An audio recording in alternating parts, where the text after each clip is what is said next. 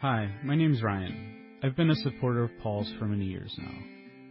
I wish to get the podcast and video creation part of the system we call Paul back up to full speed. And I think Patreon support is a big part of that system. Go over to patreon.com/Paul Wheaton. Make a pledge for each artifact that Paul creates. Again, the site is patreon.com/Paul Wheaton. You can also find the link in the podcast notes. Enjoy the podcast. Okay. We're waiting for Mud to show up. He'll be here any moment now. But today we're going to talk about conventional wood stoves, or even efficient wood stoves, like modern wood stoves. But it's like not rocket mass heaters, but wood stoves. And the idea, this whole thing is supposed to be called a warmer home with half the wood. And I hope to see some people typing in the chatty chat to kind of get this going. But I do want to say that at the tippy top of the list of all the things, if you've got a wood stove and you're heating your home with wood, and I probably should touch on this many times over and over again, please stop operating your 75% efficient wood stove at 3% efficiency. And what I mean by that is that most people will put a big block of wood inside their stove, and then they'll turn the air intake down to almost nothing. So that way they'll have a slow burn through the night. So your slow burn will be a very inefficient burn. And to make matters even worse, if the fire goes out while you're asleep, then it's going to become a negative efficiency. You're going to be operating your wood stove at negative efficiency. So while the fire is out, then air is being pulled out of the room and going up the chimney. And so all your warm air that's inside your house is being taken out of the house outside. So I want to start there. Now, granted, the thing that everybody wants is to be warm in the morning. And I got to say, too, that when I've gone out on speaking gigs and I visit with the audience, that it seems like when I say, hey, who's heated their house with wood? A whole bunch of hands will go up. And I'll say, who has heated a home with wood for an entire winter with only wood? And then 3/4 of the hands go down. And so there's only a few people. So it turns out those other people are like, oh, I heat my home with only 2 cords of wood each year. But what they mean to say is that they heat their home with 2 cords of wood plus a whole bunch of something else. And so it's kind of like the key is that let's just talk about pure wood heat.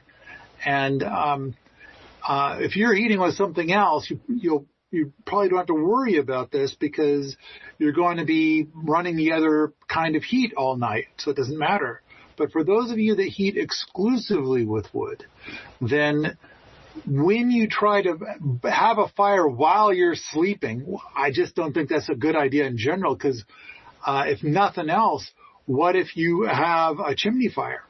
And then suddenly in the middle of the night, your house is on fire. And I tried to get some people to be in on this podcast that have experienced that where they've experienced a chimney fire and they had to race outside and watch as their house burned to the ground. And it's kind of like, oh, there's Mud. So, about damn time, you bastard. So, all right. The thing is so step one, having a fire at night at all of any kind, I don't think is a good way to do it.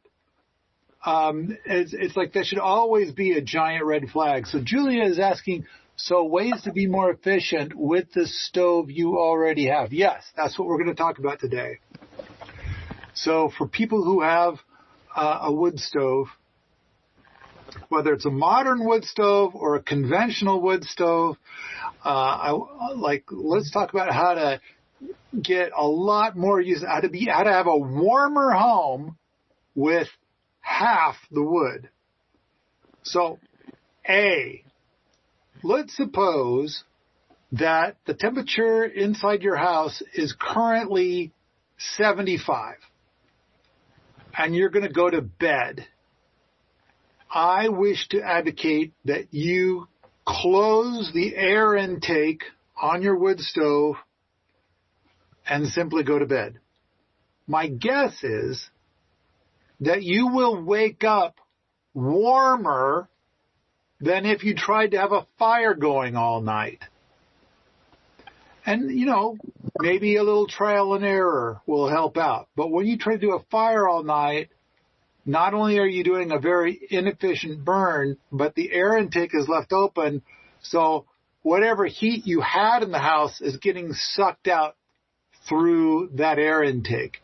And so you're going to wake up with a very cold house if you try to have a fire through the night. The next part is that, okay, let's say you're going to cork it. You're going to go to bed. You're going to shut the dampers or the air intake completely off. It's going to be sealed. But we can make it even warmer for you in the morning. And that's going to be by placing mass around your wood stove. And so this could be nothing more than just rocks or bricks or something like that. Now, of course, the fanciest, most efficient way is to put a mass on top of the stove. Not every stove will facilitate that, but if you can do that, that's going to be very effective use of a mass. But you got to be careful to not put anything directly on top of the stove. So I recommend placing some angle iron on top of the edges of the stove, and then some more angle iron on that, and then you could put rocks, effectively mass, on that. So then those rocks are going to get to be very hot, and then they'll carry heat through the night. So if you have a fire just before bed, then it's going to those rocks will get heated up, and they'll continue releasing heat after you've gone to bed. Now, I've heard from people who have implemented a bunch of these strategies that we're going to talk about today, and they might go to bed at 75 and they wake up with 67. So they're doing pretty damn good. It's a pretty warm house to wake up to. Whereas I hear a lot of stories from people that go to bed at 75 and they're trying to do the fire while they sleep, and they wake up to a house that's like 45. So, Mud, I'm glad you're here. I wish for you to now validate everything I just said. Ready, go. Just a thumbs up? That's all you got? I got a thumb up for you. Yes. A thumb up. It's California. It's too early, but yeah. The original for what we think of as a wood stove was a fireplace, which was, and the original of that was a fire in the middle of the room with the smoke getting out however it could.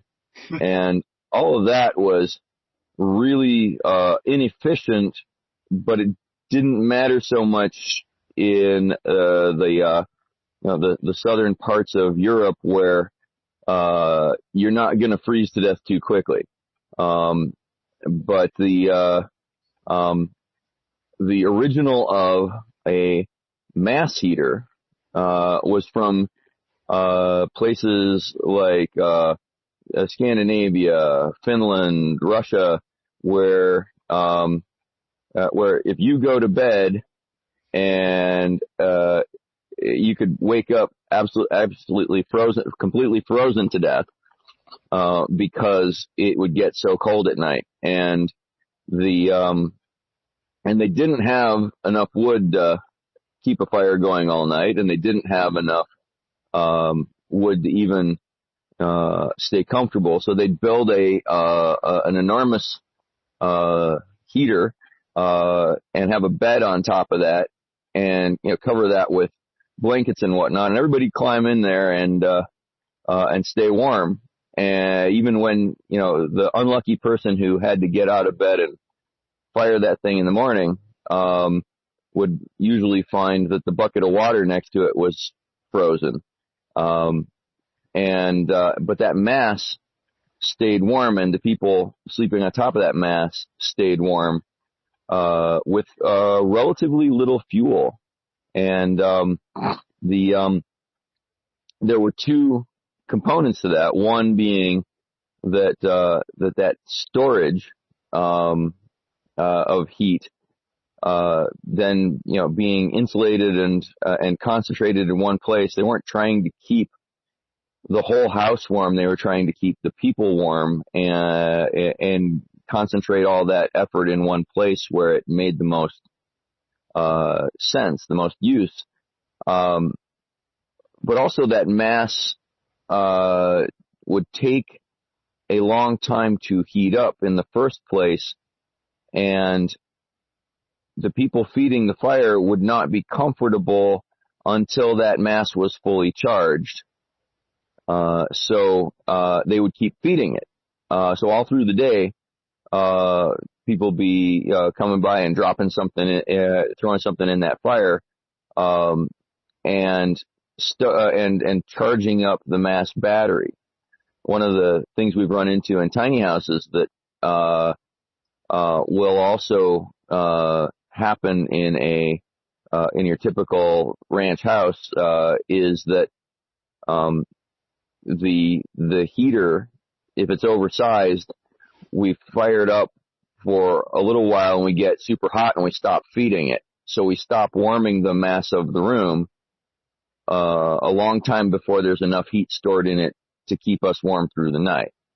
So having a mass that doesn't allow us much heat, much warmth in the room until it's fully charged, it encourages us to pay attention. And of course, when you're asleep, you're not paying attention. You've got the whole thing on cruise control, and if cruise control isn't very efficient, because you're not allowing enough air in, or you're letting too much air through and sucking all the warm air out of the house, well, then you not paying attention contributes to waking up cold. So just to be clear, the stuff I've covered so far is never operate your 75% efficient wood stove at 3% efficiency or less. And the way to curb the or less is going to be whenever you don't have a fire going, the air intake should be shut off.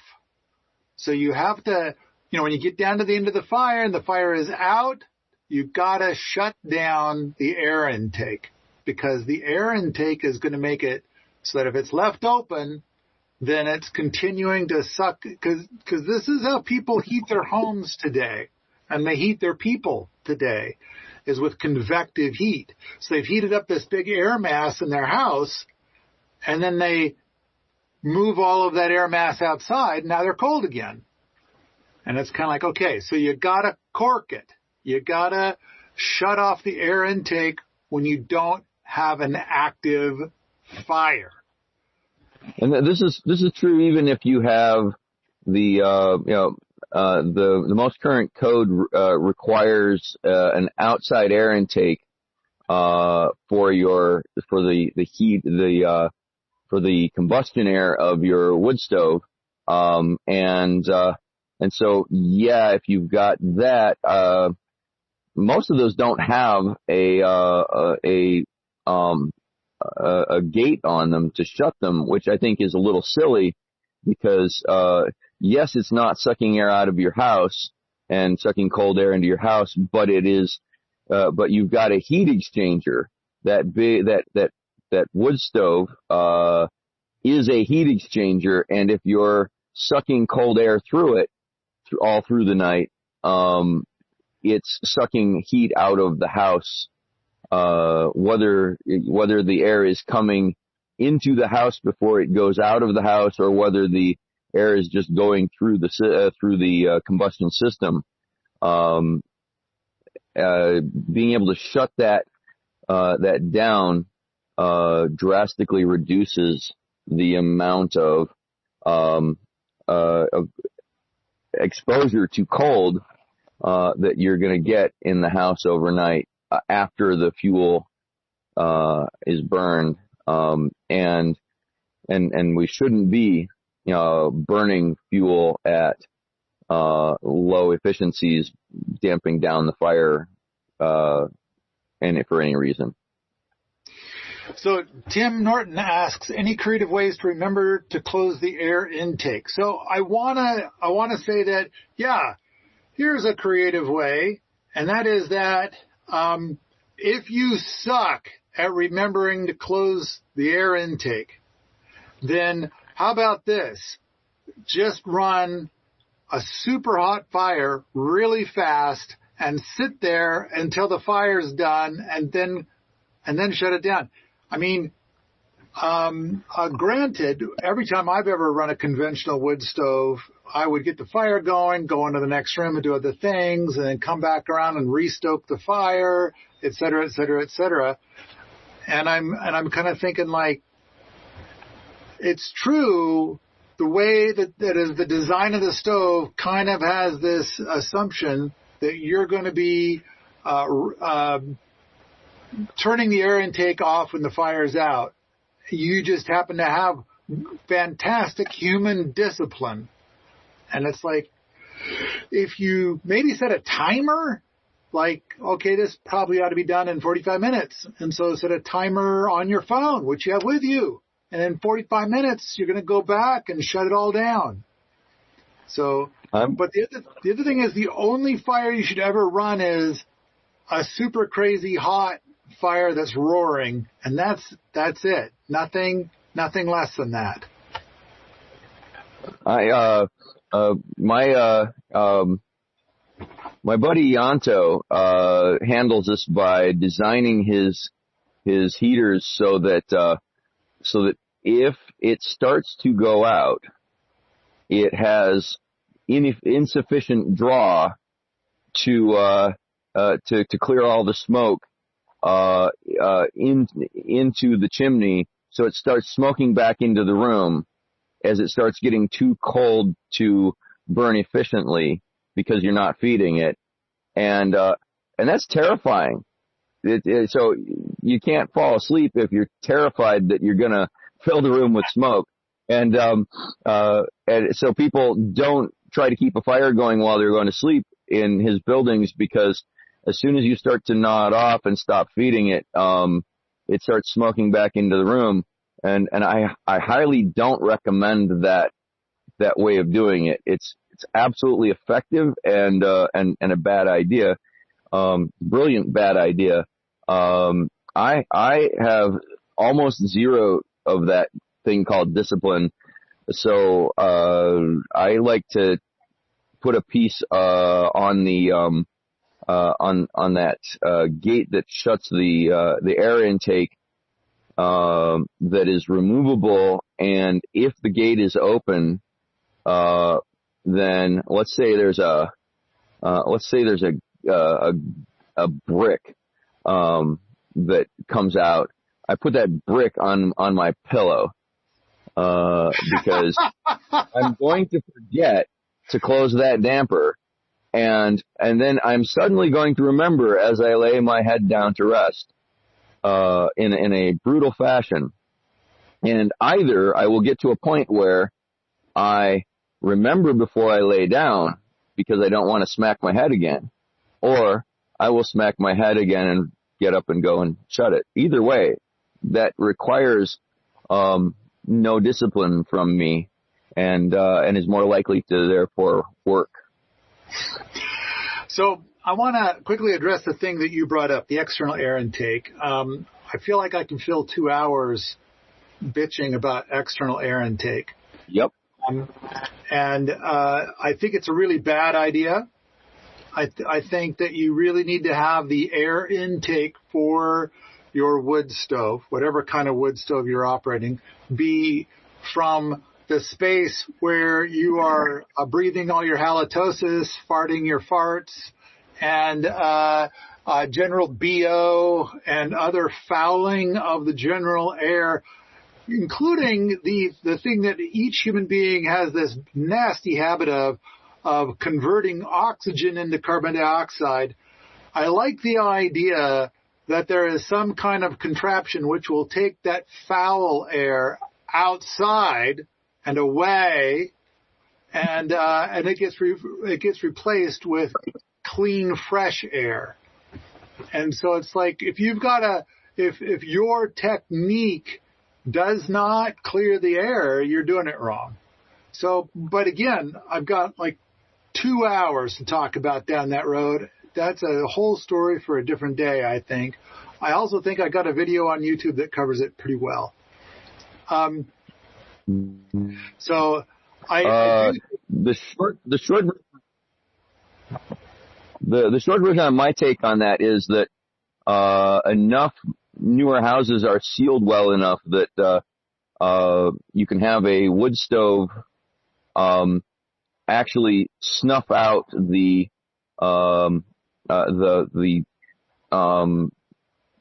pilot light on your propane water heater because there's not enough air coming in through the cracks and whatnot in between your windows and your doors and so forth to give enough air to supply both of those chimneys. And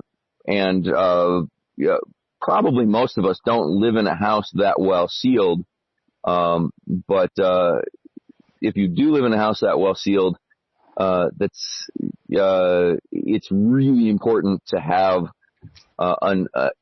each device have its own air intake, and if you're going to have insurance on the building, it's probably a good idea to have the air intakes at least nominally close to code.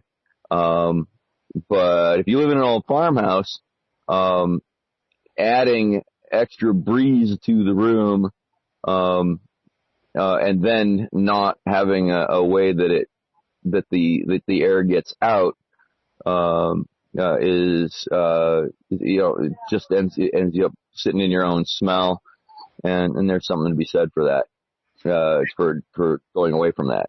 I think a modern home isn't going to have much concern in that space because most modern homes now have the newer ones have a massive buffet of air being passed through the living space. And so it's like those concerns are gone. The other thing is that when you have a slightly older home that's super sealed, you still have the vents for the bathrooms and the vent for the kitchen and the dryer vent as giant gaping holes to the outdoors.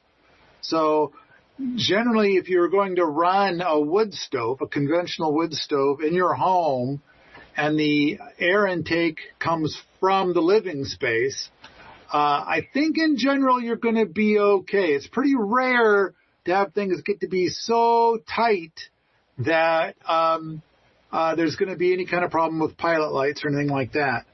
And again, I want to say for this topic of external air intake, that is a rich topic. But let's step around that for just a second, because today's topic is a warmer home with half the wood. And I think that the primary metric for a warmer home is what is the temperature in the morning? Hi, this is Mark. There are a lot of reasons to get angry these days, but I prefer to focus on the positive things that we each can do to make this world a better place. The book, Building a Better World in Your Backyard, Instead of Being Angry at Bad Guys, is a great resource for just that. Instead of throwing my arms up in frustration at governments or big corporations, there's a list of ideas that we each can tackle to affect change. Information about this book and other resources can be found at permies.com. So, now I want to kind of cruise through the list because my understanding is we don't have a lot of time with you today, so we're going to make about 10 minutes. The time that we have. And it's like, first I want to say dry firewood. Now, granted, once in a while, somebody who is desperate to heat their home ends up with something that ain't dry, and it's like, okay, I am never going to suggest that you dry anything or that you burn anything that's less than dry. I will never suggest that. However, what I will do is I can give you a list of things to do to try to dry that wood very, very quickly. So that way it'll then be dry enough to heat your home. But again, that's like a couple hours of stuff to talk about. So not today, but I am going to say having dry wood is critically important.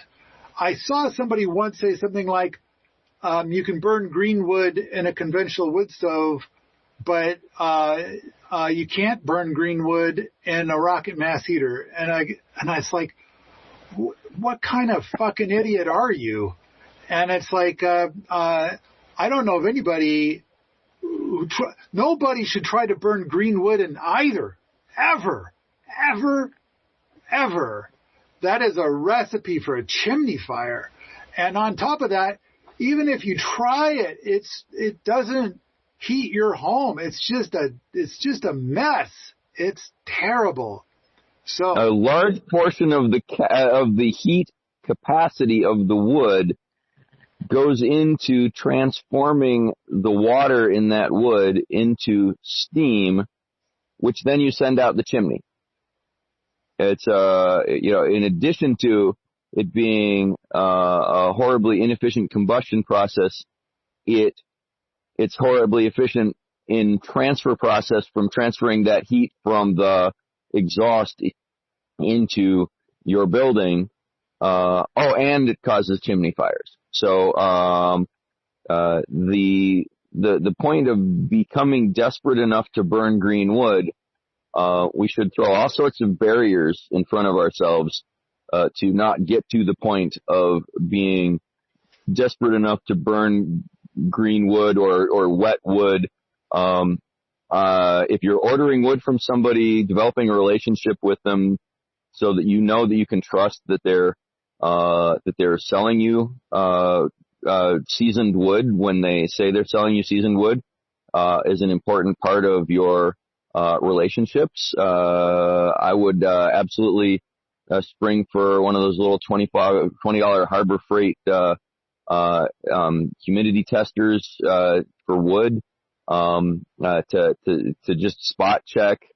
Is the stuff that's been sitting under the tarp in my yard actually drying in my yard, or is it just rotting and I'm gonna have it wet? But yeah, always green wood, always a hot clean fire is an efficient fire, and everything else is an accommodation to poor practices. So you just said always green wood, but I think you meant always dry wood. Yeah, always green wood is a bad idea. Yeah, sorry. Okay, all right. Julia is asking about angle iron. So, like, let's say that I'm facing a wood stove here, and then back here is the chimney, and so I'm facing the door. I would say I would put 2 pieces of angle iron like this on the edges. And then I would put maybe 5 pieces of angle iron on top of those 2 pieces all the way back. Then I would place rocks on there that are big enough that they'll span 2 or 3 of those pieces of angle iron. So what you want is you don't want the rocks touching the top of the wood stove. And so, there's a lot of reasons for that, and we'll set that aside for now. But let's just say that I hope that this answers your question. I do want to, as we're exploring the concept of a warmer home with half the wood, I feel like just between don't have a fire at night and add some mass, I think mission accomplished. I think right there we've accomplished what we're after. A warmer home with half the wood. But wait, there's more. I mean, so I kind of feel like, some people, they could tune out right now, and if you'll just do those two things, you're going to have a warmer home with half the wood. But I think that another great thing is like, if you burn your pizza boxes and whatever the packaging is from that thing from Amazon, and other paper wastes, and if you have a wood shop to take your scrap wood and put that in, does this count as your firewood? Because to me, when you're heating your home with half the wood, I'm thinking of stacked firewood that may or may not have been purchased. And so I kind of feel like there's a bunch of stuff that you can burn. I know that Ianto once told me about heating his home one year with nothing but junk mail. And so it's like, so some junk mail. Okay, let's see. We've got Julia says, yes, so you've created a little airspace between the very hot top of the stove and the rocks. Yes. So the radiant heat that's on the top of the stove is going to shoot out and hit those rocks instead of hitting the ceiling. So the radiant heat coming off the top of your wood stove is currently, if there's nothing on it, it's currently just hitting the ceiling, not doing you a lot of good. But if you set up this rack with rocks on it, then those rocks are going to get to be really hot. They're going to get to be like 200 to 300 degrees. And they will hold, the bigger the rock, the longer they will hold that heat. And now we could go into a conversation about, like, if you were to go in there with a bunch of cob or adobe and start kind of transforming your pile of rocks into like a sort of kind of giant rock that's all kind of glommed it together with cob, that'll hold the heat even longer. But that's another story for another day. The thing I'm trying to, okay, so back to this whole thing about all these other things that you can throw into your wood stove, a whole bunch of stuff. In fact, you could have saved up your cardboardy bits and woody bits and whatnot through the summer and burn that for the fall or something like that and cut way back on the amount of wood that you burn. I know that this year I've been collecting boxes of woody debris that's near the front door of the house. So like if I go and I prune a tree, or if a tree fell over, or I've pruned some shrubs or whatever, anything that I find that is not going into the wood stack, I'm throwing into these boxes and I'm bringing it indoors where it gets nice and dry. And once it's nice and dry, I'll burn that with some cardboard, because when I try to burn, first of all, the other thing is we get these cardboard boxes and we hack them up into little pieces and throw the pieces into another cardboard box. And we burn that very fast. But I found that when you get about 5 minutes into a cardboard burn, the wood feed, because I'm using a rocket mass heater, starts to plug up with ash, because, the cardboard leaves behind a lot of ash. So if I throw a few twigs in there from some kind of gardening project, that helps to break it up. And so I'll cycle back and forth between the cardboard and the handfuls of wood scraps, kind of a thing. Anything that doesn't stack well. So perfectly valid to do the exact same thing with a wood stove.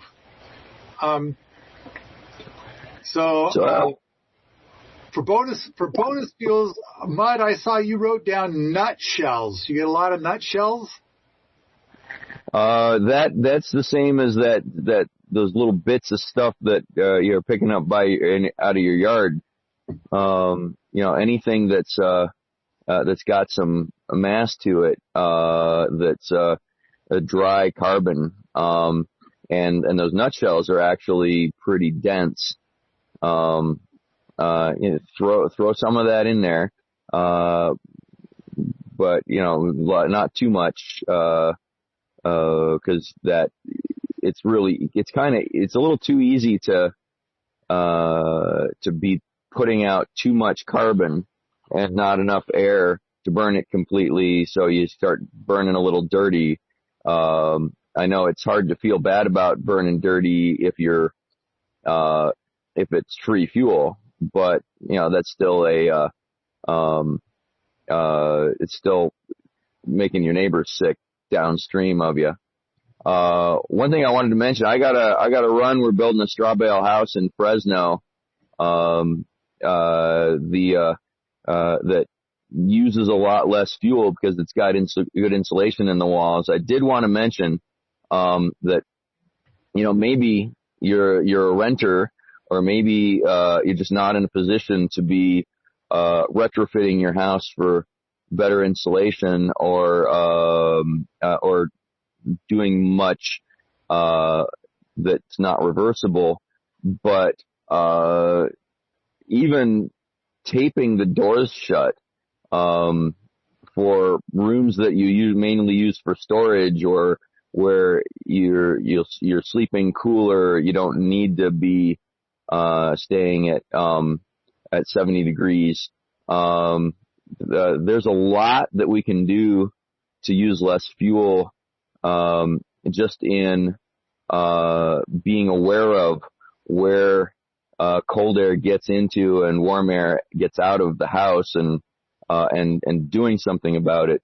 Our house itself doesn't care what temperature it is. It's only us who need the warmth, other than making sure your pipes don't freeze. So rooms that are mainly storage, block off, tape the door shut. If you got an extra door coming into your house that you hardly use, tape that shut. Build a little vestibule where you can store some firewood, and take your shoes off before you come in the house. And that thing will make a huge difference in how much cold air comes into the house. There's a bunch you can do to passively reduce the amount of heat you need to create. I just wanted to add that in, and then I got to run. All right. Thank you. Thanks, Bud. So I'll keep trying to go on this without Bud. So if you guys have any more questions, you can type them over in the chatty chat, and we'll get to them. In the meantime, so Mud was talking about one thing on the list. So we've got two other big lists for house systems strategies. And I would say that the stuff he's talking about right now is from the list called Common Strategies You Probably Already Know. So having an enclosed front porch or an enclosed back porch. So enclosed porches around your door, so that way there's less cold air coming in and out of the house whenever you go through the door, or even when the door is closed. But that's one I think a lot of people know. More insulation would be another one that a lot of people already know. Heavy winter curtains for all windows. Weather stripping is a common one. Handsome sweaters and fluffy slippers helps you to warm the people instead of the whole house. And then one of the things that Mud has written down here is cuddling, and he notes dogs are less litigious than people. Important note. But I do think he makes a good point about how a lot of people feel very strongly that it just isn't a proper heat thing unless you can maintain the temperature in your bedroom to 70 degrees all night. And I kind of feel like that might be true for people who live in San Diego. I don't think that's true for people who live in Montana, and I think it's especially not true for people who heat their homes exclusively with wood. But I like the point that he's making, which is that if you have a room that's not being used, or if there are no people in it, you don't need to get it as warm.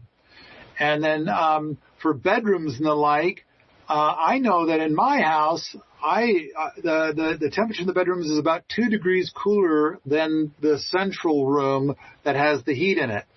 And so it's kind of like, and I'm okay with that. And then a lot of times I'm okay with the temperature in those other rooms being 5 degrees cooler, in which case I close the door. So if I want the door to be open, the temperature in the other room gets to be warmer. But it's a personal choice, and I think a lot of people who are talking about that, they just want to heat their home with a thermostat, and they're coming up with cheap excuses to not heat with wood. And we just recently put out a video talking about how expensive it is to heat your home with natural gas or any form of electric, including heat pumps, how incredibly expensive that has gotten. Then we talked about the incredible expense of pellet stoves. The only thing that hasn't had the price go up has been if you were to buy cordwood. That price seems to be holding steady, amazingly. And then, of course, there's the whole concept of if you can get it yourself. So uncommon strategies, wacky strategies, heating people more than the whole house. So a part of the list is, instead of handsome sweaters, ugly sweaters. The best seating is near the heat source. I know I've done a lot about micro heaters.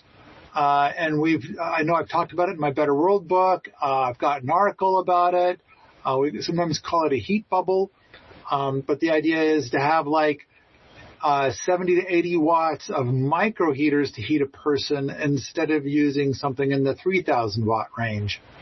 And so when you use these micro heaters with people, a lot of times those people want to turn the thermostat down because they are so very, very warm. And then a lot of times you find that their comfort zone is when the thermostat for the house is turned down to 50. And that's dramatic savings on energy. Other weird strategies that we have is, we talked about mass, but there's also the idea of filling your home with lots of books or other kinds of mass, other things that are extremely heavy but are not there simply to be mass, such as rocks or bricks. Then another one is to use strategic fans. And you got to be careful, too, because a single fan in place that might blow air this way, it's creating a vacuum on this side, so the air tends to just go like this. And it's that's not doing you a lot of good. So you might need to put a series of fans if fans is going to be the thing you try to do. I generally think that fans can be a bit of a mixed blessing. You want to be careful with how you might strategize the use of fans. One thing I think is important is to have lots of thermometers in the house, because you got to find out, are you cold or are you just a whiner?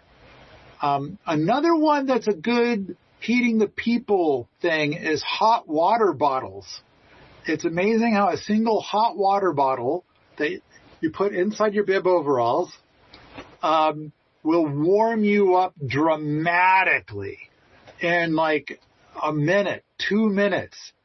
And they're so quick and easy to use. They are magical and wonderful if what you're trying to do is to be warmer with half the wood.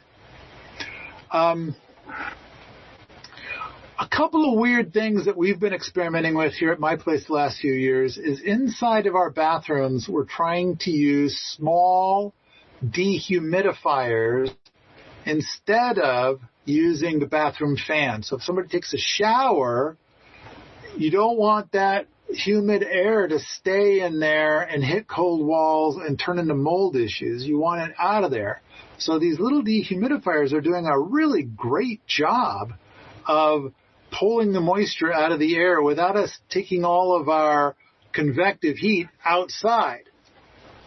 And inside the kitchen, we're doing a similar thing, but we're using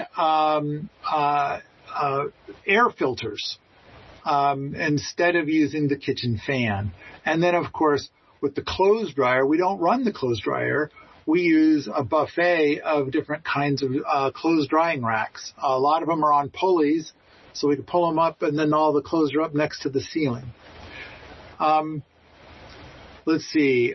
And, of course, window quilts layered with high-quality shades. I mean, there's such a thing as a winter curtain, but And while it does a good job at what it's supposed to do, and a lot of people will use curtains over curtains over curtains, which is smart. I like the window quilt that kind of seals the whole window encasing, and that you'll have a couple of those accordion-style shades inside the windowsill. All right. Of course, Mud and I both are powerful advocates for rocket mass heaters, but once you get to the point that you're using your conventional wood stove or your modern wood stove very efficiently, you begin to get the idea of like, I want to take it to the next step, which is a rocket mass heater. But for some people, it's like that rocket mass heater might be a ways off. I do want to point out that when Ernie and Erica would host a workshop, they would build a rocket mass heater in about 24 hours. And so it's possible to do. But if you're new to it, it's going to take you longer. But that's the primary impediment that a lot of people have. And then I was at an event recently and somebody said, well, I don't want to build it myself. I want somebody to build it for me. We do have a list of rocket mass heater builders at Permies.com, and you can go to that list, and Uncle Mud's on that list. But, talking about rocket mass heaters, that's a whole different conversation for a whole different day. Of course, we sell movies and all kinds of stuff. I think Mud and I wrote a book a couple of years ago about rocket mass heater risers, and it seems to sell very well, and so that might be worth looking into. All right. Do we have any questions? Julia saying sleep experts agree that you sleep better in a cooler room. So I think that's it, though. Andreas, are there any other questions that went by in the chatty chat that I missed that I should try to address right now? We good? All right. We good. Okay. Thanks, everybody. If you like this sort of thing, come on out to the forums at Permies.com, where we talk about wood stoves, homesteading, and permaculture all the time. Have you ever wondered whether a particular book was really good or just so-so, and if you could trust the reviews online? When it comes to books related to permaculture, Permies has a large list of reviews for over 100 books. Perhaps you're considering a book for yourself or a friend, or you're just curious about what's out there. Stop by Permies.com/book and take a look at the book review grid and read some honest reviews, and hopefully you'll find the next book to add to your collection.